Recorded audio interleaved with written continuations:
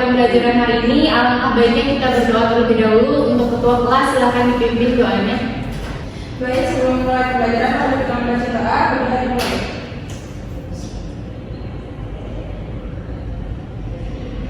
Selesai. Terima kasih. Bagaimana kabarnya hari ini? Baik. Sudah sarapan belum? Sudah. Sudah ada yang belum? Belum. Belum. Nurul, kamu kenapa belum? Buru-buru, Bu. Buru-buru, lain kali nanti sarapan ya. Tapi semuanya sehat kan? Sehat. Sebelum memulai pembelajaran, Ibu absen terlebih dahulu ya. Yang pertama, Yani Rahmawati, Hadir, Bu. Nurul Safitri, Hadir, Bu. Holista, Hadir, Bu. Sanas Akila Zeba, hadir Bu. Baik, hadir semua ya pada pagi hari ini. Ya, Bu. Alhamdulillah kita semua dapat berkumpul pada hari ini untuk materi kita yang pertama ya, pertemuan pertama kita pagi hari ini, yaitu tentang kelompok sosial. Sebelumnya Ibu ingin bertanya, ada yang tahu nggak apa itu kelompok sosial? Belum pernah mendengar apa itu kelompok sosial? Belum. Kalau belum pernah mendengar, apakah kalian sudah mengikuti ekstrakurikuler di sekolah? Ada yang ikut? Ada, Bu. Baik, Nurul, kamu ikut apa? Asis, Bu, sama pramuka. Wah, keren banget. Ada lagi? Saya, Bu. Baik, Komista. Apa? Ekskul tari, Bu. Ikut ekskul tari, teman. Keren-keren ya. Saya mau ditanya, Bu. Kamu ya ingat boleh ikut ekskul apa? Gibran, Bu. Paskibra, keren banget. Keren ya. Tepuk tangan untuk kalian semua. Yang Nurul, Yaner, dan Holista tadi sebutkan, itu merupakan bentuk dari kelompok sosial yang akan Ibu jelaskan pada pagi hari ini. Boleh? Jadi di sini ada tujuan pembelajaran dari materi yang akan Ibu jelaskan, yaitu kelompok sosial. Yang pertama yaitu peserta didik mampu menjelaskan pengertian kelompok sosial. Peserta didik dapat mengidentifikasi syarat dan ciri kelompok sosial. Yang ketiga yaitu peserta didik dapat membedakan berbagai jenis kelompok sosial yang ada di masyarakat. Sekarang mari kita perhatikan kedua gambar yang ada di PPT ini. Menurut kalian, yang merupakan contoh dari gambar kelompok sosial yang mana? Saya, Bu. Boleh, Sanas, yang mana menurut kamu? Menurut saya yang nomor kedua. Yang nomor kedua, betul sekali. Nomor kedua merupakan contoh dari gambar kelompok sosial. Kenapa disebut contoh dari kelompok sosial? Karena organisasi pramuka merupakan sekelompok individu yang di dalamnya anggotanya saling berinteraksi dan terjadi hubungan timbal balik. Hubungan timbal balik tersebut biasanya bertujuan untuk tercapainya tujuan bersama. Jadi anggota pramuka ini atau organisasi pramuka ini bisa disebut kelompok sosial.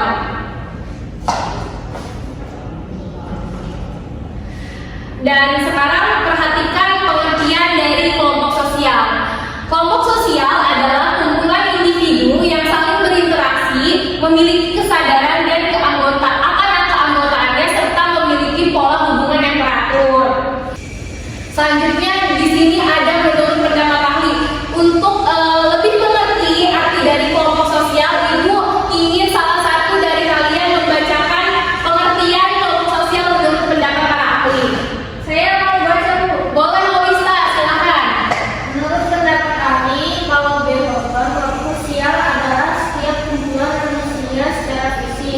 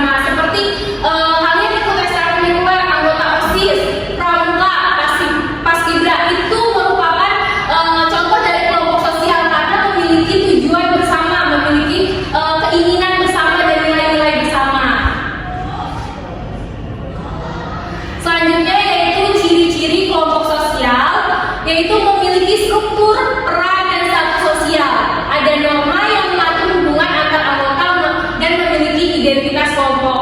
Seperti tadi Ibu tampilkan gambar anggota pramuka itu ada struktur, ada ketua pramuka, wakil ketua pramuka, sekretaris, bendahara, terstruktur karena mereka memiliki tujuan bersama, jadi bisa disebut kelompok sosial.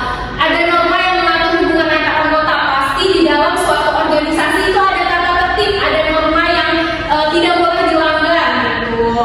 Memiliki identitas kelompok, pasti setiap anggota memiliki divisinya masing-masing, memiliki ciri masing-masing gitu. Misalkan Nurul, kamu jadi anggota OSIS, kamu jabatannya sebagai apa? Sekretaris misalkan. Itu merupakan ciri-ciri dari kelompok sosial. Berdasarkan formalitas, kelompok formal memiliki struktur, aturan, dan tujuan yang jelas. Contohnya sekolah atau perusahaan. Di dalam sekolah pasti ada kepala sekolah, ada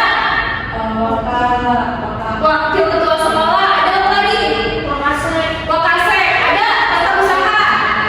Ya, di dalamnya ada struktur-struktur yang terperinci. Selanjutnya, kelompok informal tidak terstruktur dan terbentuk secara spontan. Contohnya geng, kelompok, nongkrong. Siapa di sini yang punya geng? Punya circle. Apa namanya, Nurul? Girls Gang. Wih, tepuk tangan coba girls gang yang punya circle. Itu juga merupakan kelompok sosial yang informal. Ada dimensi hubungan antar kelompok. Untuk memahami dinamika hubungan antar kelompok sosial digunakan 4 dimensi utama. Dimensi sejarah, boleh Kholisa baca dimensi sejarah itu apa? Dimensi sejarah itu hubungan kelompok yang dipengaruhi oleh masa lalu, konflik, atau pengalaman kolektif.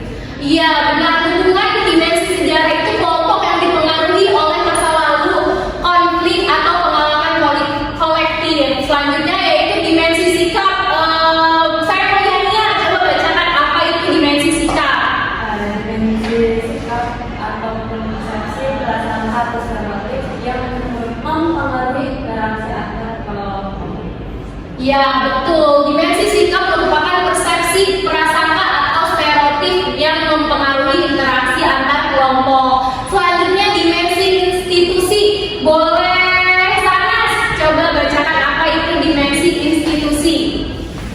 Dimensi institusi itu peran lembaga seperti pendidikan, hukum, agama dalam mengatur hubungan antar kelompok. Benar, jadi dimensi institusi ini seperti sekolah, dinas pendidikan, kelurahan itu merupakan dimensi institusi dari kelompok sosial. Selanjutnya ada dimensi gerakan sosial. Boleh Nurul, silakan bacakan.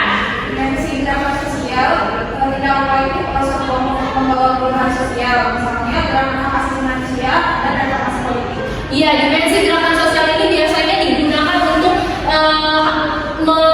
masyarakat melawan hak asasi manusianya, seperti demo. Itu dimensi gerakan sosial. Dimensi ini biasanya tergerak untuk menyampaikan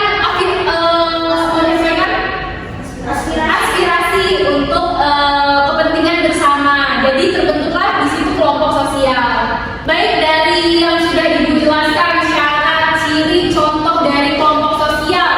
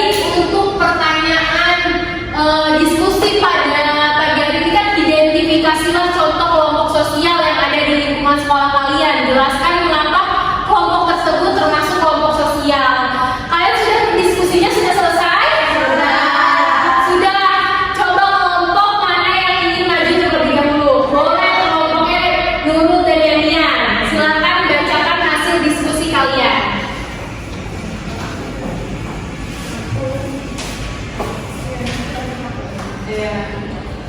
Jadi berdirinya kita di sini akan mempresentasikan hasil diskusi kita. Kelompok sosial yang ada di lingkungan sekolah itu salah satunya itu adalah OSIS atau organisasi siswa intra sekolah, di mana OSIS ini terdiri dari siswa-siswa yang terpilih secara demokratis dan menjalankan berbagai program untuk sekolah, dan juga OSIS ini dapat mewakili aspirasi siswa gitu. Mungkin selanjutnya dari teman-teman. Selanjutnya itu OSIS dapat dikategorikan sebagai kelompok sosial karena di dalamnya terdapat interaksi yang terstruktur, pembagian peran yang jelas seperti ketua, sekretaris, dan bendahara, serta adanya kesadaran bersama sebagai suatu kesatuan yang bertujuan meningkatkan kualitas kegiatan siswa di sekolah. Seperti itu. Tepuk tangan untuk guru dan jawabannya bagus sekali ya. Silakan dulu. Terima kasih Bu. Untuk jawaban Nurul dan Yaniar, betul sekali. Salah satu contoh kelompok sosial yang ada di lingkungan sekolah yaitu organisasi OSIS. Ya. Kalian tahu nggak sih OSIS itu apa? Organisasi apa? Ya, betul sekali, organisasi siswa intra sekolah. Selanjutnya kelompok Kolista dan Sana, silakan maju ke depan dan paparkan hasil diskusi kalian. Baik, izin memaparkan ya Ibu. Iya, silakan. Jadi kita mendapatkan itu kelompok belajar Bu. Kelompok belajar itu terbentuk secara informal. Nah, kelompok belajar ini terbentuk karena biasanya kalau mau ujian dan UTS dan lain sebagainya itu biasanya membentuk kelompok belajar, dan itu bisa disebut sebagai contoh kelompok sosial. Ya, terus juga walaupun dia tidak terstruktur atau tidak formal seperti OSIS, kelompok belajar ini tetap termasuk ke dalam kelompok sosial karena memiliki interaksi yang berlangsung secara berkelanjutan, kesadaran sebagai bagian dari kelompok dan memiliki tujuan yang sama. Sudah cukup? Betul. Tepuk tangan untuk Kolista dan Sana. Silakan duduk. Betul sekali ya jawaban untuk Kolista dan Sana. Kelompok belajar merupakan contoh dari kelompok sosial. Baik, setelah kalian memahami materi mengenai kelompok sosial, tadi juga sudah disebutkan contoh-contoh dari kelompok sosial, kalian sudah berdiskusi. Karena materinya sudah habis, Ibu ingin mengulas kembali.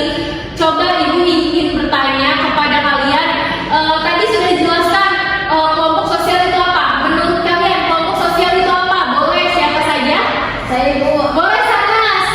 Ya, menurut saya kelompok sosial itu adalah sekumpulan individu, dan individu itu saling berinteraksi serta memiliki kesadaran akan keanggotaannya, juga memiliki pola hubungan yang teratur. Betul, tepuk